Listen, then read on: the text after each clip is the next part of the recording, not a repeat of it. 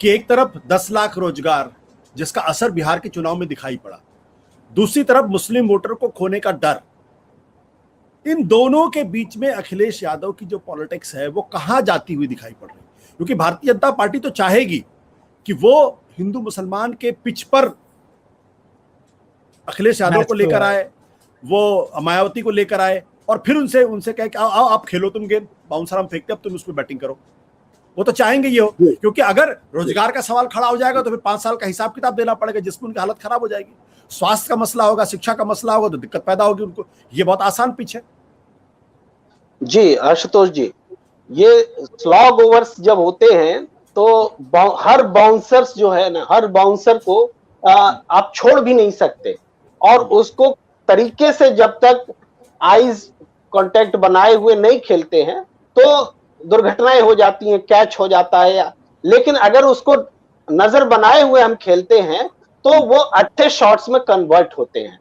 तो बीजेपी के बाउंसर्स तो आएंगे और उसी ट्रैप में लेने के लिए आएंगे कि विपक्ष उसमें फंसे।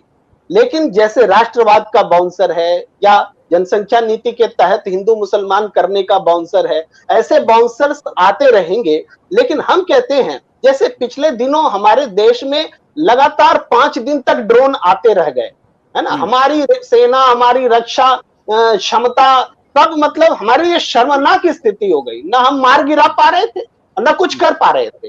तो उस समय अगर अखिलेश यादव जी ने अगर इस तरह की हमले किए होते, उन्होंने बाउंसर फेंका होता, तो आज जब ये रिएक्ट कर रहे हैं पुलिस को लेकर के और आतंकवाद के खिलाफ जो एक्शन है उसको लेकर के, तो वो और विश्वसनीय हो सकते थे। तो हमें अपने तरफ से भी बाउंसर करना है और उनके बाउंसर को भी खेलना है। ये अभी स्लॉग्स ओवर शुरू हो चुके हैं और इस तरीके से हमको चलना पड़ेगा। अब जनसंख्या नियंत्रण पॉलिसी को लेकर बीजेपी अगर आक्रामक हो जाए तो फिर लानत है सियासत पर, विपक्ष की सियासत पर। विपक्ष बीजेपी या कोई भी संगठन जो कट्टरवाद को लेकर के, चाहे इधर के हिंदू के या मुसलमान के लेके बढ़े हैं, हमेशा जनसंख्या नियंत्रण के खिलाफ रहे हैं। आप तमाम नेताओं के भी जो संघ से जुड़े हैं, जो विश्व हिंदू परिषद से जुड़े हैं, इवन शंकराचार्य तक रहे हैं, या बीजेपी के नेता जो बड़बोले बोले जाते हैं, सबके बयान आप देख लीजिए। सब बच्चे पैदा करने का कंपटीशन पैदा करना चाहते हैं, इसलिए कि इनको मुस्लिम फोबिया है, और मुसलमान के तरफ से जो लोग हैं उनको हिंदू फोबिया है कि उनकी जनसंख्या बढ़ जाएगी। तो ये जो जनसंख्या नियंत्रण की बात वो रख रहे, इसमें रियल पिक्चर को लाना विपक्ष का काम होना चाहिए। अब ये जो जनसंख्या नियंत्रण की पॉलिसी है, रोजगार कट करेंगे, सरकार के पास रोजगार है नहीं, कट क्या करेंगे और किसका कट करेंगे? मुसलमानों का कितना प्रोपोर्शन है एम्प्लॉयमेंट में? 3.5%, 4%। अब मुसलमानों का तो कुछ नहीं बिगड़ेगा, बिगड़ेगा हिंदुओं का। ये बात समझानी पड़ेगी विपक्ष को कि ये जनसंख्या नियंत्रण जो है, इस पॉलिसी से हिंदुओं का नुकसान होने वाला है। अगर इस नैरेटिव के साथ में उन्हीं के गेंद को उन्हीं के हिसाब से विद द स्विंग खेल लिया जाए, तो ये विपक्ष जो है निश्चित रूप से बीजेपी पर हम कारगर साबित होगी और सटीक होगा। ये आपने देखा पश्चिम बंगाल में तो विद द स्विंग खेला गया, ममता बनर्जी ने खेल कर दिखाया। वो तमाम वही सारे मुद्दे, हिंदू मुसलमान के मुद्दे जितना एग्रेसिवली बंगाल में हुआ है उतना भी उत्तर प्रदेश में हुआ नहीं है, होने वाला है या हो सकता है।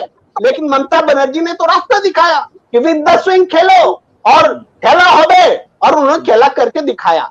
उत्तर प्रदेश की सियासत में थोड़ा फर्क जरूर है, यहाँ सिर्फ आमने सामने का मुकाबला नहीं है। ममता बनर्जी ने अपने दम पर वहां लेफ्ट और कांग्रेस को दरकिनार कर दिया, वो स्थिति यहाँ नहीं है। लेकिन फिर भी पिछले दौर में जितनी लाठियां समाजवादी पार्टी ने खाई हैं उतनी लाठियां किसी और ने नहीं खाई हैं। तो मुकाबला यहाँ भी समाजवादी और बीजेपी के बीच में सीधा है, और तीसरा और चौथा बहुत पीछे है। पहले और दूसरे नंबर पर आमने सामने यही लोग हैं। तो ये रणनीति अगर बनती है, Samajwadi party with the swing खेले, बाउंसर को सटीक पे खेले, तो आक्रामक खुद भी बॉलिंग करे, तो ये मैदान जीत सकती है। अब भी कोई बिगड़ा नहीं है कुछ।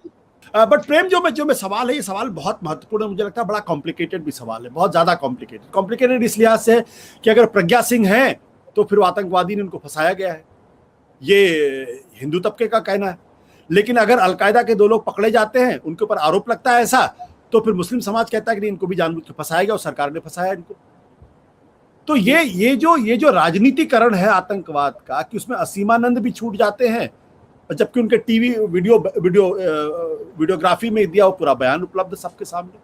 प्रज्ञा सिंह को तो अदालत के अंदर पेश कर दिया गया, अभी तक उनको कन्विक्शन उनका नहीं हुआ, केस चल रहा है उनका। निश्चित रूप से आशुतोष जी, आतंकवादी घटनाएं जो हैं उससे निपटने का जो तरीका है अपने देश में ही नहीं, इंटरनेशनली भी तो आतंकवाद मेरा और तेरा बनकर बना हुआ है ना। अमेरिका ने हमारे देश में आतंकवादी घटनाओं की कब पहचान की? जब उनके यहाँ आतंकवादी घटना हुई। इससे पहले तो हम चीखते रहते थे, लेकिन हमारी बात सुनने वाला कोई नहीं था। ये स्थिति हमारे देश के अंदरूनी सियासत में भी है, और वो चूंकि यहाँ पर हिंदू और मुसलमान का रंग हो जाता है और तो सियासत करना आसान हो जाता है। मैं फिर से उस विषय पर लौटना चाहूंगा कि अखिलेश यादव जी ने जो कहा, अखिलेश यादव जी को हम विक्टिम बना रहे हैं आज कि आपने ऐसा कहा, लेकिन सच ये है कि इस तरह ये जो बात उन्होंने कही है, ये हम में से कई लोगों की जुबान पे है, भले हम उसको बोलने का आधार खोज पाए या न खोज पाए। आप ये क्यों ऐसा है?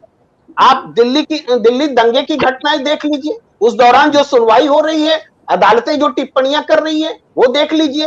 वो यूएपीए के तमाम मामले जिस पर की चार्जशीट फाइल नहीं हुई, जिस पे चर्चा हो रही है अदालत में, या फिर सारे लोग बरी हुए, साबित तो नहीं हो रहा है केस, हम पुलिस पर भरोसा करने के लिए बाध्य किए जा रहे हैं। क्यों?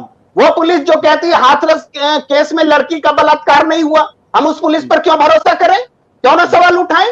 वो पुलिस, उस मामले को भी तो पीएफआई और तमाम चीजों से जोड़ा गया था, पत्रकार भी जेल में बंद है, तो क्या हम इन सब चीजों को इसलिए छोड़ दें? हम ना बोले, पुलिस की भक्ति करें कि पुलिस बहुत सही कर रही है? पुलिस पर सवाल उठाना राजनेता का काम है, और अखिलेश यादव ने बहुत सही किया है। इसको जो लोग आतंकवाद का समर्थन से जोड़ रहे हैं वो गलत कर रहे हैं, वो गलत कर रहे हैं कि अखिलेश यादव के रिएक्शन को आतंकवाद का समर्थन बता रहे हैं। अपनी पुलिस पर भरोसा करना क्या आतंकवाद का समर्थन करना होगा? ये इस बात को हमें बहुत बारीकी से समझना पड़ेगा। अखिलेश यादव क्या बोलना बंद कर दे? या मायावती जी ने भी तो कहा है कि अगर लगाकर उन्होंने बातें कही है तो वो क्या थोड़ा सॉफ्ट हो गई, लेकिन बात तो वही बोल रही है। पुलिस की पूरी जो इन्वेस्टिगेशन है, जांच करने का तरीका है, वो सब सत्ताधारी दल के इशारे पर होता रहा है। आप देखिए, वो जो पोस्टर लगा दिए गए थे लखनऊ में संपत्ति जब्त करने वाले, उस मामले में क्या हुआ? उस मामले में भी रोक लगी हुई है।